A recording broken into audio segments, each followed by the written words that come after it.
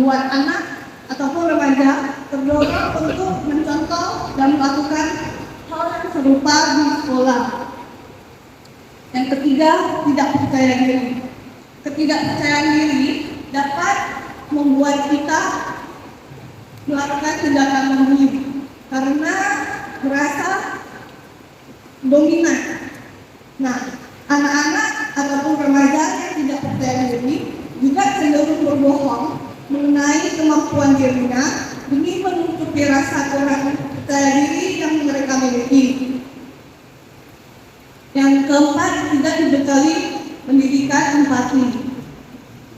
Kurangnya rasa empati yang dalam diri kita dapat membuat anak-anak ataupun remaja merasa bahwa tindakan bullying hanyalah candaan semata. Namun mereka tidak tahu bahwa tindakan bullying ini dapat menyakiti orang lain.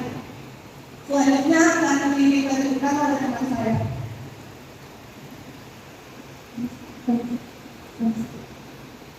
Selanjutnya, apa saja penyebab terjadinya hate speech ini di lingkungan kita dan lingkungan kita sehari-hari? Kita sering bisa menemukan tindakan hate speech ini. Nah, apa saja faktor yang menyebabkan terjadinya hate speech ini? Di sini kami menyimpulkan 4 faktor penyebab terjadinya hate speech. Yang pertama adalah faktor individu, di mana di dalam diri seseorang terdapat prasangka negatif yang menganggap bahwa orang lain itu bertindak buruk atau bertindak tidak baik kepada diri kita sendiri. Oleh sebab itu kita akan mengeluarkan ujaran kebencian terhadap orang itu.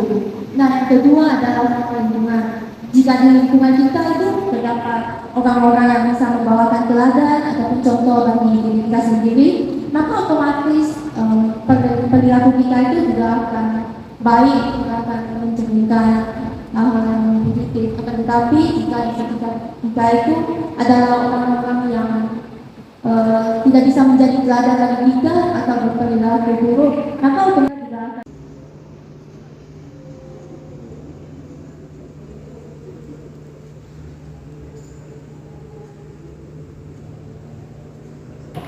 Dari pihak kajian voucher jalan-jalan ke Bali.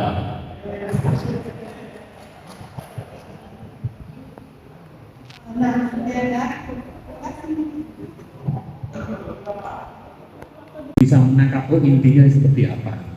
Seperti yang tadi disampaikan, ketika kita prinsip menyampaikan atau prinsip berucap itu seperti apa.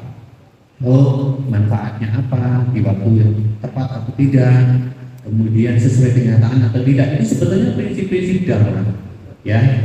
Tapi dikemas dalam sebuah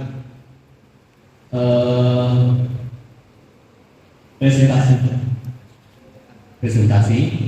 Kemudian saya bisa mengingatkan kepada teman-teman tadi ketika ada memberikan artikel, di situ ada muatan namanya, bawahnya disebutkan sumbernya. Dari sumbernya itu contohnya kita ada petikannya dari Suta atau Dhammapada, ya, itu di syair yang keberapa.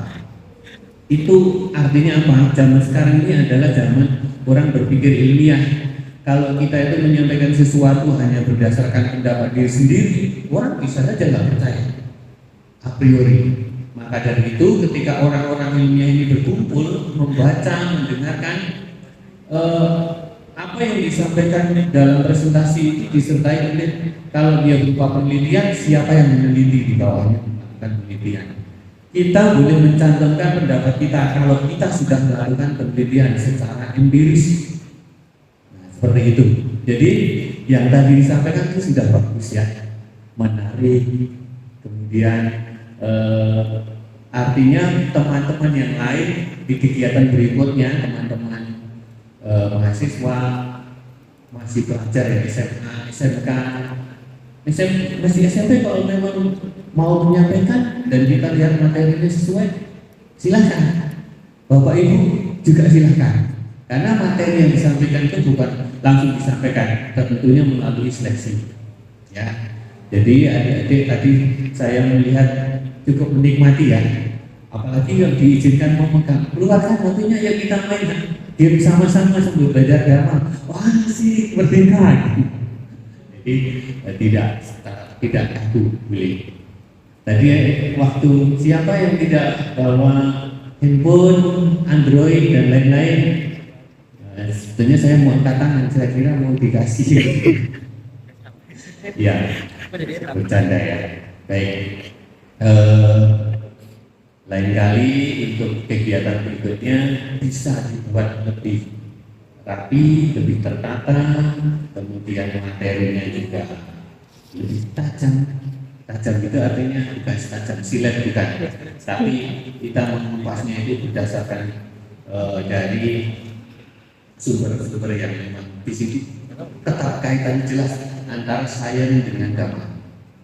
Jadi sudah bisa diambil kesimpulannya di situ, kita mendapatkan betapa pentingnya memang dari segi materi yang disampaikan. Kelihatannya materinya itu simpel karena sering didengar di surat kabar, media atau berita-berita, tetapi maknanya itu dalam. Apalagi disampaikannya sambil santai gitu ya, karena yang menyampaikan bukan para ibu. Tapi sebetulnya jangan melihat siapa yang menyampaikan, tapi inti yang disampaikan. Bagaimana kita prinsip-prinsip berbicara, berkomunikasi, apalagi sekarang dunia semuanya sudah virtual ya. Jadi hati-hati ketika membuat pemberitaan, berbicara ataupun mengomentari. Ya, bagus ya. Jadi semoga kegiatan berikutnya bisa lebih dipersiapkan dengan baik dan bisa lebih bagus. Terima kasih.